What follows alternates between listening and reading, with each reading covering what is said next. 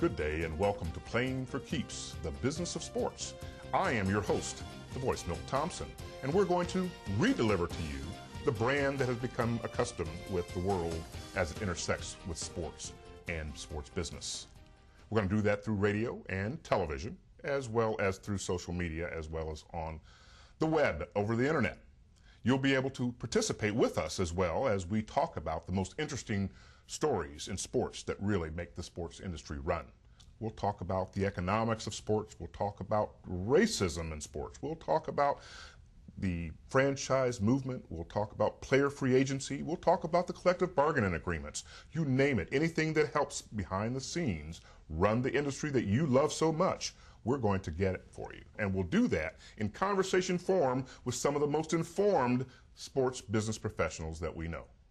So please join us as we are telecasting this from the offices of Blickey, Dillon, and Crandall. Again, I am your host, Milt Thompson, Playing for Keeps. We look forward to bringing you future episodes of this fantastic sports business show.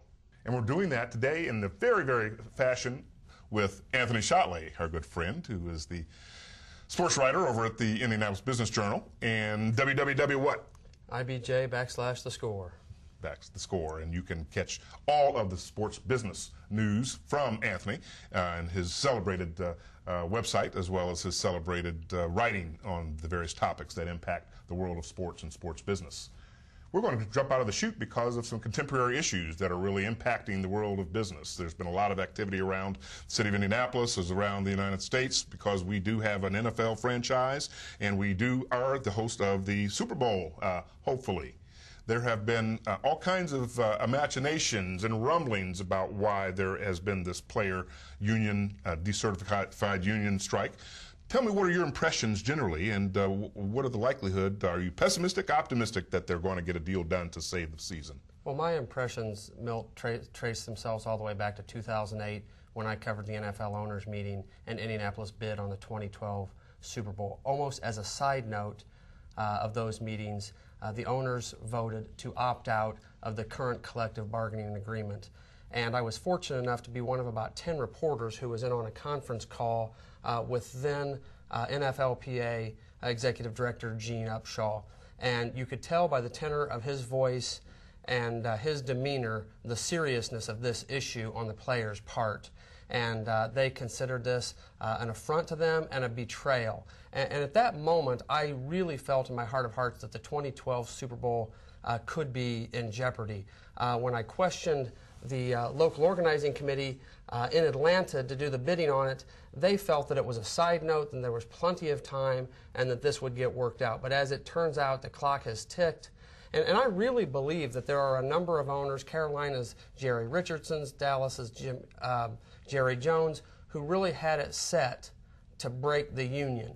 And I feel right now that there's some progress being made, but I think the progress will only continue if the players are willing to give ground, because I really believe that the owners are going to hold fast on their demands to roll back some money from the players. Well, in fact, this debate here, the players were all along saying, what's wrong with the current deal?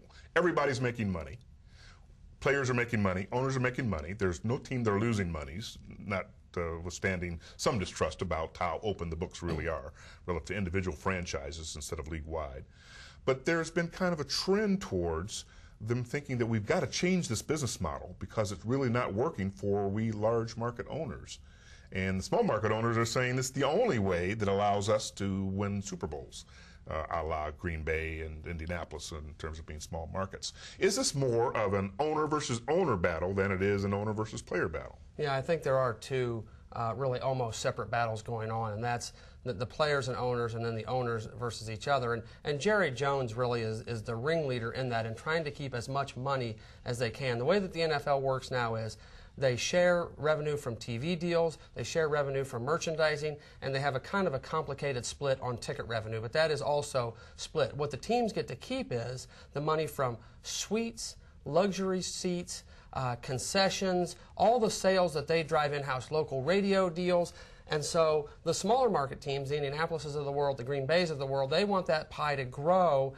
And teams like Dallas and Washington are fighting to keep more and more of that revenue. Right now, as it stands, the NFL is about a $9 billion business. And the latest figures from Forbes show even a small market team like the Indianapolis Colts last season made $43.5 million. If you compare that to the National Basketball Association, which is about a $4.3 billion business, the Indiana Pacers, on the other hand, have lost $30 million in each of the last 2 seasons.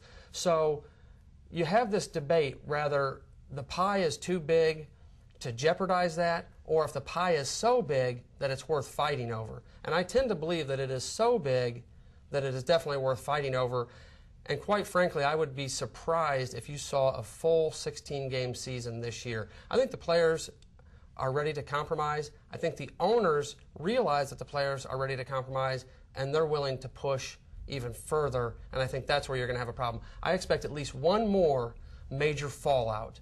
I know I've heard analysts say very recently they expect a deal by mid-July. I expect there to be one more major fallout and push the negotiations into August and maybe September. Aren't the expenses, the increased expenses that the owners are claiming, really disproportionate to the larger market teams? Meaning that the reason why the Colts don't want to open their books is say that that they've become billionaire owners, as well as having increased expenses when they don't, when their lease is really $1 a year plus what is it, and all the naming rights revenue and essentially all the revenue from non-related football games also coming back to the Colts. They can't claim that in Dallas, so perhaps they do have increased expenses, therefore exacerbating this fight between owner and owner. What is your view of the large market and small market proposition? Well, and that's Jerry Jones' argument. Jerry Jones has, in fact, put a lot of money not only into Texas Stadium, but also into the surrounding developments around Texas Stadium. And the big difference between a guy like Jerry Jones and a guy like Jim Irsay with the Indianapolis Colts is Jerry Jones is a real business entrepreneur. He has a major stake in Papa John's Pizza out in Dallas and a lot of other ancillary properties which drive the revenue from that NFL enterprise. And that's where his mindset is coming from. Remember, the owners initially were seeking $1 billion, billion with a B, off the top, and then they wanted to negotiate the split with players. The players have since pushed back on that to a degree where the owners are now reconsidering that money. To your point, a lot of the money coming to build these stadiums and all this infrastructure does in fact come from local tax dollars. Look at this market. Money from car rental, hotel fee, restaurant fee, all that money is coming in to pay for stadiums, not only in Indianapolis but nationwide. So the question is, the owners were asking for another $1 billion. On top of the billions they already get, they were asking for another $1 billion. In other words, it's a $9 billion enterprise. We want to take $2 billion aside, and then we want to do the split based on, work the percentages out based on the $7 billion pie. Well, the question is, where really is that $2 billion going to? Because if you look at the construction of Lucas Oil Stadium, by and large, that stadium was built on the backs of taxpayers. Be they visitor taxes or resident taxes, irrelevant, they're still taxpayers. Whereas Jim Irsay puts in about, if you really do the number crunching, in the range of 30 to 40 million. Now, he'll say it's 100 million, but remember, the city paid him to break the lease on the RCA Dome, which seems a little ridiculous to most folks, given the fact that they had to demolish that to build Lucas Oil Stadium, which he desperately wanted. So clearly the issues are not on all fours with respect to small markets and large markets.